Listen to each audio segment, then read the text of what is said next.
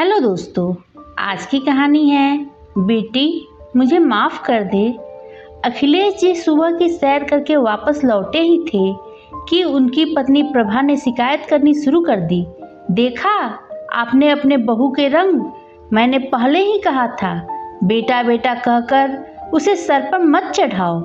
अखिलेश जी बोले, क्या हुआ, क्यों इतना परेशान हो? तो वह बोली, मैं सुबह नाश्ता बनाने जा रही थी तो नेहा कहने लगी, मम्मी जी आप रहने दो, पहले मैं अपना और करण का नाश्ता बना लूं। आप और पिताजी तो घर पर ही रहते हो, बाद में नाश्ता कर लेना। मुझे आज तक किसी ने किचन में जाने से नहीं रोका, अब इनसे पूछकर किचन में जाना पड़ेगा। यह सुनकर अखिलेश जी ने कहा, सही तो कह रही है, नेहा और करण सुबह जल्दी ऑफिस के लिए निकलते हैं, तुम तो बेकार ही परेशान हो रही हो। प्रभा जी बिना कुछ बोले किचन में नाश्ता बनाने चली जाती है।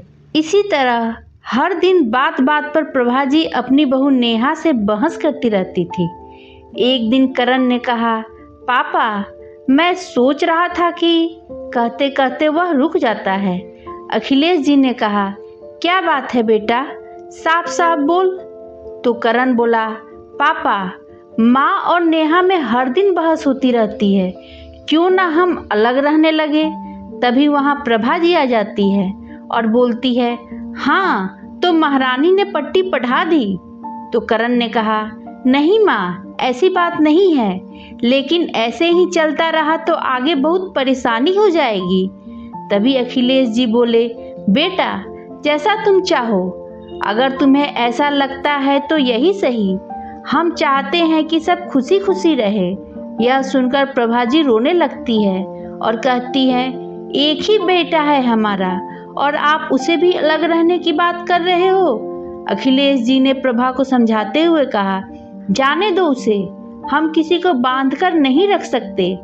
अगले दिन नेहा और करण अलग घर में रहने चले जाते हैं। इसी तरह कुछ दिन बीत जाते हैं, दोनों कभी कभी मिलने आते थे। एक दिन रात को 2 बजे करण का फोन रिंग होता है। दूसरी तरफ अखिलेश जी थे। अखिलेश जी उसे बताते हैं कि उसकी माँ को सीने में दर्द था, वे उसे हॉस्पिटल लाए हैं, उन्हें माइनर हार्ट अटैक आया है। करण और नेहा तुरंत हॉस्पिटल पहुंच जाते हैं। डॉक्टर प्रभा जी को 1 सप्ताह तक हॉस्पिटल में रहने की सलाह देता है। नेहा दिन रात प्रभा जी की सेवा करती है। वह अपनी नौकरी की चिंता करे बगैर दिन रात हॉस्पिटल में रहती है। इधर करण घर पर अखिलेश जी का ध्यान रखता है।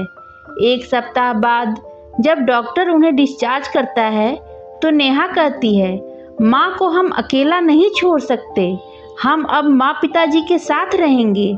यह सुनकर प्रभा जी की आंखों में आंसू आ जाते हैं। वह बहू को पहली बार कहती है, बेटी मुझे माफ़ कर दे। इस पर नेहा कहती है, माँ जी आपकी बेटी होती तो क्या आप उससे भी माफ़ी मांगती? आज से आप कितना भी डांटे, मैं आपको छोड़कर नहीं जाऊंगी। एक पल आपको खोने के ख्याल से मैं सिहर उठी। उसके बाद चारों अपने घर के लिए निकल पड़ते हैं। अब बहू बेटी बन गई थी, इसलिए प्रभा जी और नेहा में कभी अनबन नहीं हुई। दोस्तों इस कहानी के बारे में अपने विचार कमेंट कर बताएं। कहानी पसंद आई हो तो लाइक शेयर करें और मेरे चैनल को सब्सक्राइब जरूर करें। धन्यवाद दोस्तों।